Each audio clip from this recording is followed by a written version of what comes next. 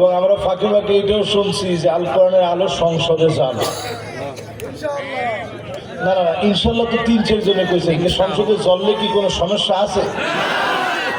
ঘরে ঘরে তো সারা জীবন ধরে জ্বালাইলেন, এখনো জ্বালান, প্রতিদিন ঘরের মধ্যে কোরআন তেলাওয়াত করেন, কিন্তু পার্লামেন্টটা যদি কোরআনের আলোয় আলোকিত হয় দেশের পুরো চিত্র পাল্টায় যাবে। ঠিক কিনা বল? এটা আমার শামীম ভাই একমত, আমার সভাপতি মনিরুজ্জামান ভাইও একমত। এই শাসন এই জমিনের মধ্যে একদিন 2 দিন চলছে তা না। আল্লাহর হাবিব বলেন জমিনে 5টা শাসন আসবে। 1 নম্বর শাসন হবে তাকুনু ফীকুম আন-নবুওয়াত, নবুয়তের শাসন চলবে। আমার নবী চলে গেলেন, জীবনে একবারের জন্য নবীজির দেখি নাই, কিন্তু নবীর জীবনের শাসনের কথা জানি। আল্লাহ নবী বলেন লাউ ফাতিমা বিনতে মুহাম্মদ লা সারাকাত লাকাতাতু ইয়াদাহা, আমার মেয়ে ফাতেমা যদি চুরি করত আমি নবী হাত কেটে ফেলে দিতাম। কারোর জন্য আল্লাহর হাবিব সামান্য ছাড় দেন নাই, বিচার কমায় দেন নাই। নবীজি জমিনে দেখায় গেলেন বিচার কিভাবে করা লাগে।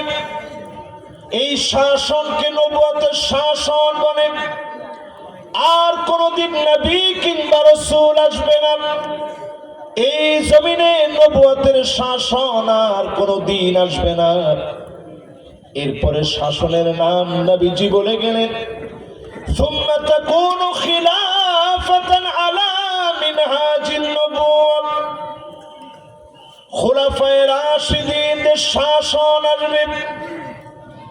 32 বছর 6 মাস ধরে শাসন চলল, জমিনকে দেখায় দিল 1 টাকার দুর্নীতি আল্লাহর নবীর কোন খোলাফায়ে রাশিদিন করেনি।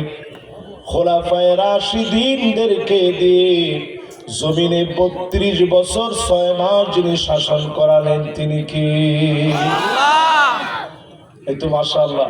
এদিকের লোকেরা আল্লাহ বললো, এদিকের লোকেরা বলে নাই। সবাই মিলে বলেন এই কথাগুলো কোরআন হাদিসের কথা মেয়া ভাই।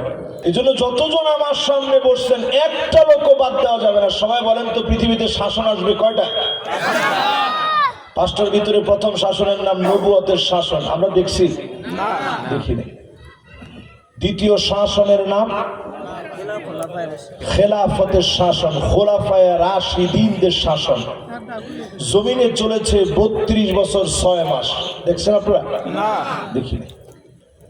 সুম্মা তাকুনু মুলকান আবান,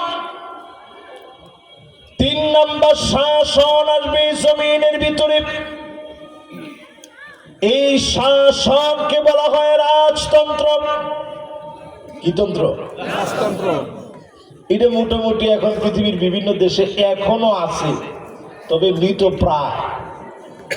যে কয়েকটা আছে আশাদু কাল মাদুম, এটা না থাকার মতোই। অল্প আরব দেশের কয়েকটা জায়গায় এখনো আছে, ওয়ার্ল্ডের আর কয়েকটা দেশে এরকম আছে যেখানে রাজতন্ত্র এখনো চলতেছে। এই রাজতন্ত্রের মধ্য দিয়ে 1000 বছরের শাসন ছিল। আল্লাহ পাক রাজতন্ত্রকে উঠায় নিয়েছে, রাজতন্ত্র শেষ হয়ে গেছে।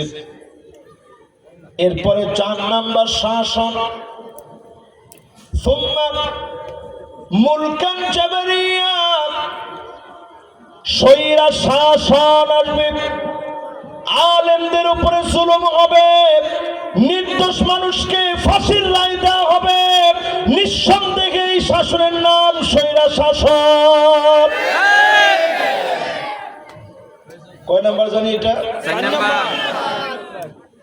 দেখেন 4 নাম্বারটা বলি নবীজি বলতেছেন সুম্মা ইয়ারফাউহাল্লাহ,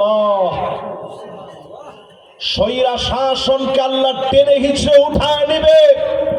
তাকায় দেখেন এমন ভাবে আল্লাহ টেনে হিঁচড়ে নিয়েছে, গরম ভাত তারা খেয়ে যেতে পারে না।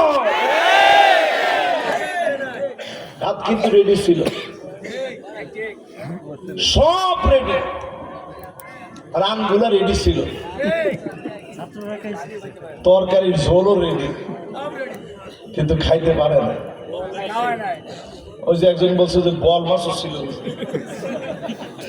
আচ্ছা, মানুষ ওই সময় খবর নিছে কেন কি কি মাছ ছিল, আবার অনেকে মাছও ধরছে, দেখছেন না আপনারা? কিন্তু এই জাতি যে আসলে কেমন জাতি প্রমাণ দিয়েছে এইভাবে, যা নিয়ে গেছিল অনেক কিছু পরের দিন এনে ফিরায় দিয়ে গেছে, ঠিক কিনা বলে? এই জাতিরে এত খারাপ মনে করেন না। তাহলে 4 নাম্বারটা শেষ,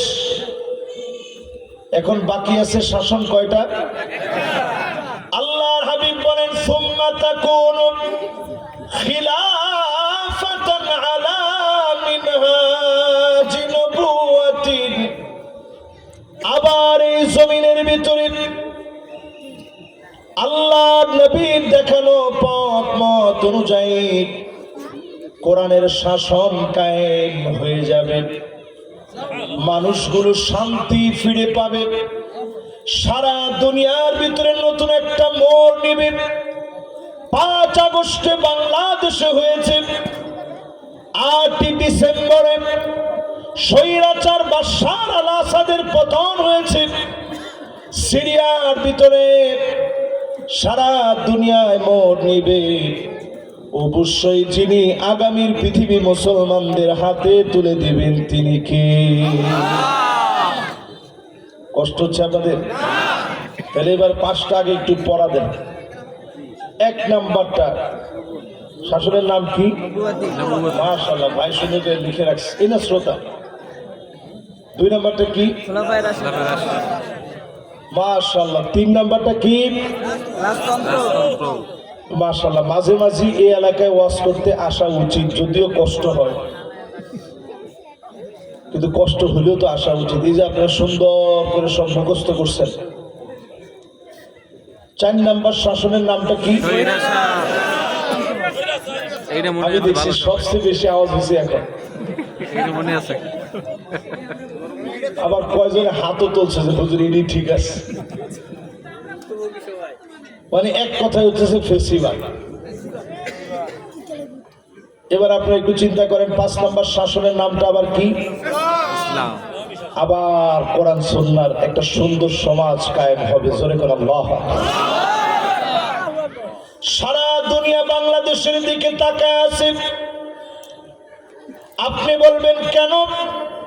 বদ্বীপের মতো ছোট্ট একটা দেশ, চতুর্দিকে অমুসলিমরা ঘেরাও করা, এই জায়গাটাতে যিনি কালেমা দিয়ে ভরপুর করে, কালেমার নিয়ামত দিয়ে ভরপুর করে কবুল করে ফেলেছেন তিনি কে?